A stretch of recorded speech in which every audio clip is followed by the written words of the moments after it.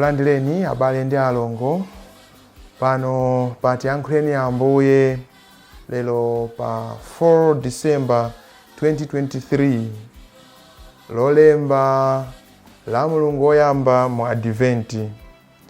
Mawu athu oyamba akuchokera m'buku la mneneri Yesaya mutu wathu kuyamba ndime ya 1 kulekeza 5. Amene akutiwerengera mawu oyamba ndi Vincent Kaonga kuchokera ku St. Denis Parish, Rumpi, mu Diocese ya Mzuzu. Ndipo salimo ndi number 122 kuyamba ndime ya 1 kulekeza 9. Mthenga wabwino ndi monga momwe adalembera Mateyu woyera mutu wa 8 ndime ya 5 kulekeza 11. Amene akutiwerengera mawu a mthenga wabwino komanso kutigawira mawu ndi Reverend Father Raymond Mwale kuchokera ku St. Denis Parish, Rumpi, kuchokera ku St. Denis Parish, Rumpi, mu Diocese ya Mzuzu. Tiyeni tikhalire limodzi. Mawu a mneneri Yesaya. Nazi zinthu zokhudza Yuda ndi Yerusalemu, zimene Yesaya mwana wa Amosi adaziona m'masomphenya. Pa masiku akudzawa phiri la nyumba ya chauta adzalisandutsa lalitali koposa mapiri ena onse.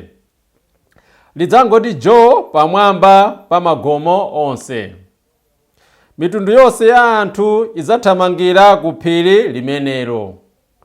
Anthu a mitundu yambiri adzabwera ndipo adzanena kuti, tiyeni tikwere ku phiri la chauta, ku nyumba ya Mulungu wa Yakobe.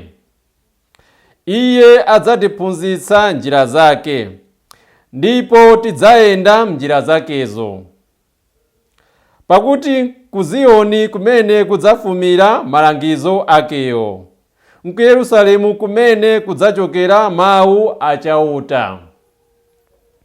Iyeyo adzaweruza pakati pa mitundu ya anthu. Adzathetsa kusamvana pakati pa mafuko ambiri.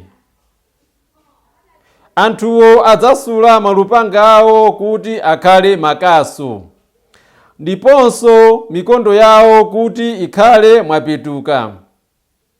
Mitundu ya anthu sidzalamuliranso malupanga, sidzaphunziranso zomenyana nkhondo. Inu zidzukulu za Yakobe, tiyeni tiyende mkuwala kwa chauta. Mawu a Ambuye. Tithokoze Mulungu. Ambuye akhale nanu. Mawu a mthenga wabwino monga adalembera Mateyu oyera. Pamene Yesu ankalowa m'mudzi wa Kapernaumu, mkulu wina wolamulira gulu la asilikali 100 a Chiroma adadza kwa iye. Adampempha kuti, Ambuye, wantchito wanga aligone ku nyumbaku, sakutha kuyenda ndipo akumva kupweteka kwambiri. Yesu adamuwuza kuti, chabwino, ndibwera kudzamchiritsa.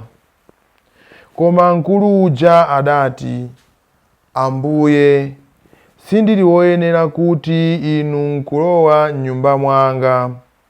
Mungonena mawu okha ndipo wantchito wangayo achira. Inetu ndili ndi akuluakulu ondilamulira, komanso ndili ndi asilikali amene ineyo ndimawalamulira. Ndimati ndikawuza wina kuti pita, amapitadi, ndikawuzanso wina kuti bwera, amabweradi.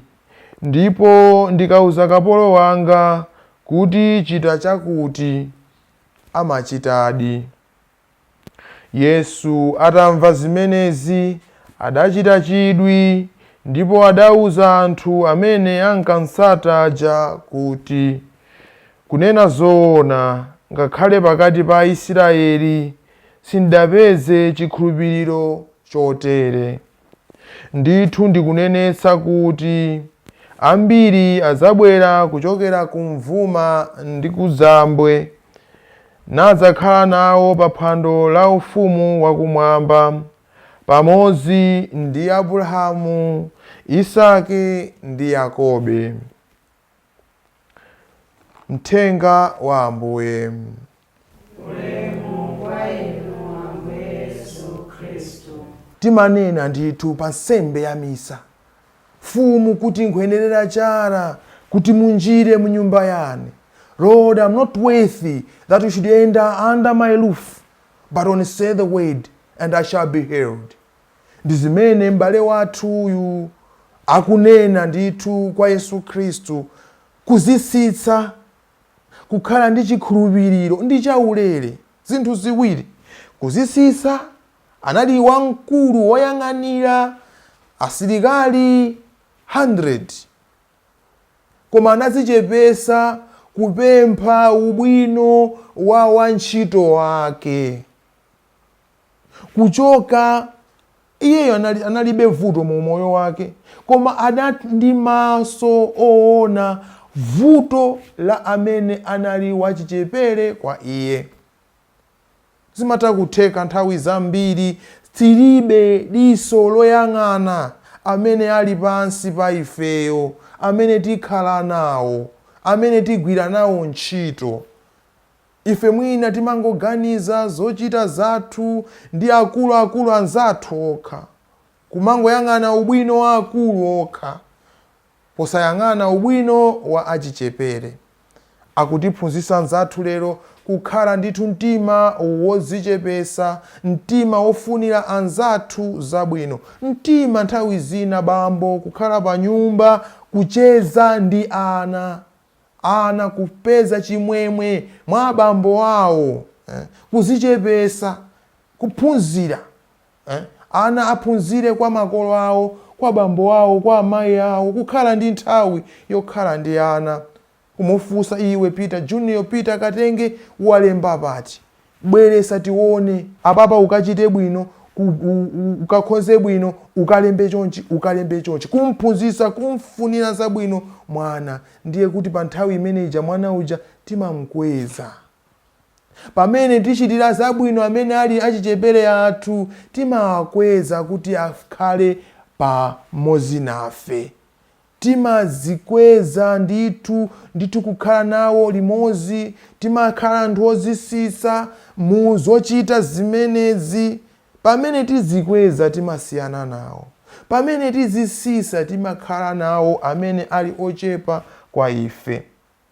Nthawi imeneyi tikuyembekeza kubwera kwa Mulungu amene abadwe pakati pathu, kuzisisa kwa Ambuye athu Yesu Kristu, amene sadafune kuti angokhalirira kumwamba kumeneko ayi, koma kubwera kuzipanga munthu, kuzakhazikika pamodzi nafe, kutithandiza kuti ife atinyamule tikhale pamodzi naye.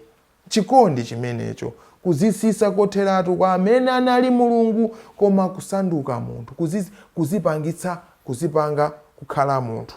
Chaulere chimenecho, chofuna kutipulumutsa. Ndipo Mulungu akutisonyezeratu kudzera mu nthawi imeneyi tikudikira, makamaka kudzeranso mu mawu amene tikumva lero, mawu okhala anthu ozichepesa. Iye amene adali Mulungu adazisisa nasanduka munthu kuti atipulumutse ife. Nafenso tikhale nawo mtima wozisisa kuti tipulumutse anzathu, tikhale nawo mtima wokhala ndi chikhulupiriro cholimba mwa Ambuye. Faith, the need to have a profound faith, a firm faith that is not shaken in the midst of trouble. So titakuona kuti tili ndi mavuto ambiri, koma chikhulupiriro chathu chikhale cholimba. m'banja mwathu tithandizane, ana athu tiathandize, ana tiathandize kukhala ndi chikhulupiriro cholimba. That's why the church teaches us to raise our children in faith. Phunzitsani ana kuti akule kuzakhala anthu akuluakulu amene Mulungu amafuna, amene Mulungu akondwera nawo. Lord, I'm not worthy that you should enter under my roof. Chikutanthauza kuti inu ndi ine ndife anthu ofoka, ndife anthu olephera, koma kulephera kwathu kusakhale chipinjo choona mphamvu imene Mulungu ali nayo, imene Mulungu atha kuchita mu moyo wathu. Mulungu tisamusekereze. Pali nthawi zina titakunena kuti ife basi tinagwa, ife basi sitingachiteso chabwino, ndi chani chimene tingachite? Ayi, Mulungu ali ndi mphamvu ndipo ali wokonzeka nthawi zonse kuti atizuse, kuti tikhale pamodzi naye, kuti tiyende pamodzi naye.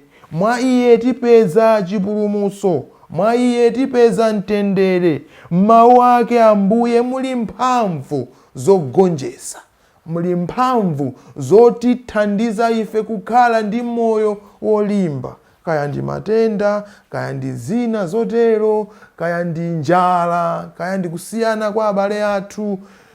Tithandizike, tizindikire kuti Mulungu nthawi zonse ali pakati pathu, akufuna kutithandiza.